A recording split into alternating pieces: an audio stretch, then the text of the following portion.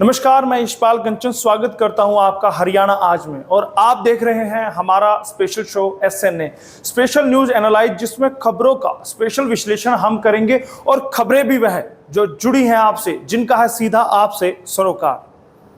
अब ई-रूपी होगा नकद रुपया। जी हां, भारत में इस साल लॉन्च होगा डिजिटल करेंसी। अब नकदी रखने की नहीं पड़ेगी जरूरत। जानिए कितने फायदे का है ई-रुपया। 8 नवंबर साल 2016 जब पीएम मोदी के रात के 8 बजे के भाषण ने पूरे भारत में भूचाल ला दिया था, उस रात 12 बजे तक ही 500 और 1000 के नोट वैध थे। उसके बाद अगले दिन से आपको बैंकों के आगे लंबी लंबी लाइनों में लगकर तय लिमिट के मुताबिक ही रकम दी जा सकती थी। अगले दिन बैंकों के बाहर कतारें लगनी शुरू हुई। कई परिवारों को रोजमर्रा के लिए भी दिक्कतों का सामना करना पड़ रहा था।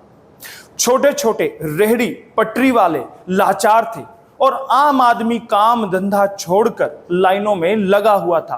खैर, वो दौर भी बीत चुका है।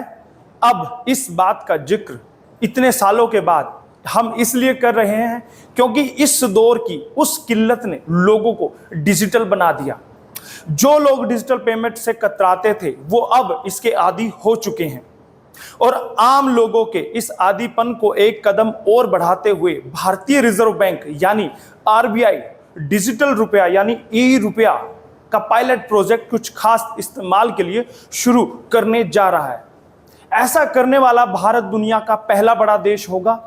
वैसे 11 देश डिजिटल करेंसी लॉन्च कर चुके हैं, लेकिन ये छोटे देश हैं, जैसे बहामास, जमैका, नाइजीरिया और ईस्टर्न कैरेबियन के अलावा 8 अन्य देश।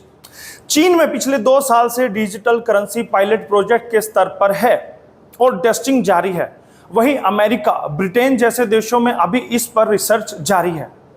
पायलट प्रोजेक्ट में ई-रुपये का इस्तेमाल कुछ खास स्थितियों में किया जा सकेगा।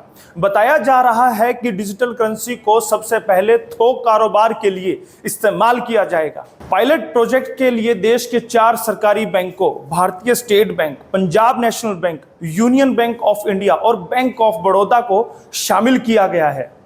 बताया जा रहा है कि केंद्रीय बैंक के डिजिटल रुपए में रुपए के चिन्ह का इस्तेमाल किया जाएगा और यह पूरी तरह से सरकारी तंत्र पर निर्भर होगा, यानी इसकी पूरी कमान RBI के हाथों में रखेगी, जिसके बाद सुरक्षा और जवाबदेही के लिए RBI पूरी तरह से जिम्मेदारी होगी। यानी इसकी पूरी कमान RBI के हाथों में होगी, जिसके बाद सुरक्षा और जवाबदेही के लिए RBI पूरी तरह से जिम्मेदार होगी।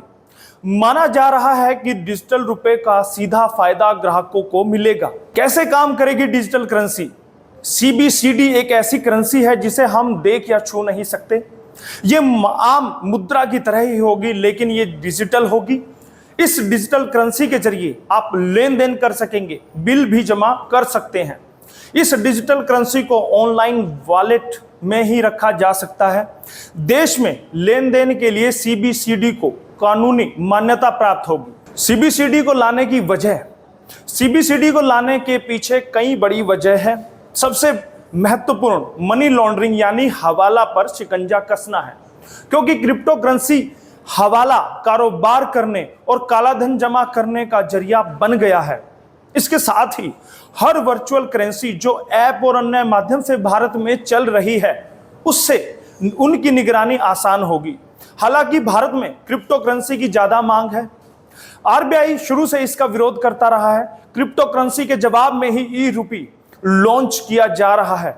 यह रुपए के मौजूदा डिजिटल स्वरूप की जगह नहीं लेगा, बल्कि लेन देन का एक और माध्यम उपलब्ध कराएगा। RBI का मानना है कि ई-रुपये डिजिटल इकोनॉमी को बढ़ावा देगा, पेमेंट सिस्टम को अधिक प्रभावी बनेगा। यह जोखिम मुक्त वर्चुअल करेंसी होगी। यह सुरक्षित डिजिटल करेंसी के सभी पैमानों पर खरी उतरेगी।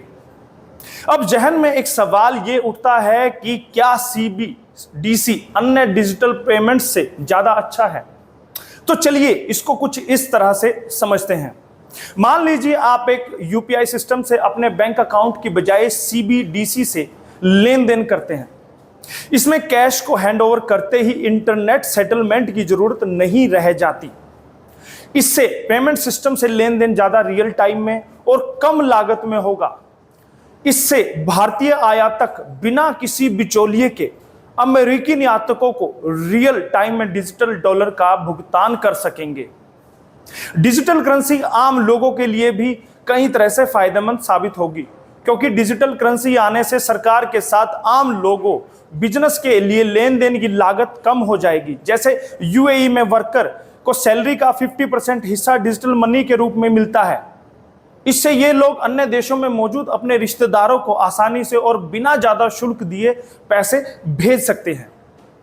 वर्ल्ड बैंक का अनुमान है कि अभी इस तरह के दूसरे देशों में पैसे भेजने पर 7% से अधिक का शुल्क चुकाना पड़ता है, जबकि डिजिटल करेंसी के आने से इसमें 2% तक की कमी आएगी। वर्ल्ड बैंक का अनुमान है कि अभी इस तरह दूसरे देशों में पैसे भेजने पर 7% से अधिक का शुल्क चुकाना पड़ता है, जबकि डिजिटल करेंसी के आने से इसमें 2% तक की कमी आएगी। इससे लो इनकम वाले देशों को हर साल 16 अरब डॉलर से ज्यादा पैसे मिलेंगे। इसका सबसे बड़ा फायदा यह होगा कि आपकी जेब में कैश रखने की जरूरत नहीं पड़ेगी। यह मोबाइल वॉलेट की तरह काम करेगा। इसे रखने के लिए बैंक खाते की अनिवार्यता नहीं होगी। इससे कैशलेस पेमेंट कर सकेंगे। अनजान व्यक्ति को जानकारी शेयर करने की जरूरत नहीं रहेगी। निजता आपकी बरकरार रहेगी। सबसे पहले नकदी पर निर्भरता घटेगी। फिजिकल रुपए को छापने की लागत घटेगी। नगद अर्थव्यवस्था घटाने का लक्ष्य पाने में मदद मिलेगी। लेन देन की लागत घटाने में भी मदद मिलेगी। यानी कुल मिलाकर अगर हम बात करें तो डिजिटल क्रांति के बाद यह हमारे लिए भी एक अहम हो जाता है। हालांकि लागू होने के बाद इसके क्या दुष्परिणाम हैं ये सामने आएंगे, लेकिन फिलहाल इसको यकीनन एक क्रांति के तौर पर देखा जा सकता है। इसी तरह की टेक्निकल और अर्थव्यवस्था से जुड़ी जानकारी पाने के लिए जुड़े रहिए हमारे चैनल हरियाणा आज के साथ, और चैनल को सब्सक्राइब करें, हमारे वीडियोस को लाइक करें और दोस्तों शेयर करना ना भूलें। मैं आपका दोस्त, आपका होस्ट यशपाल कंचन।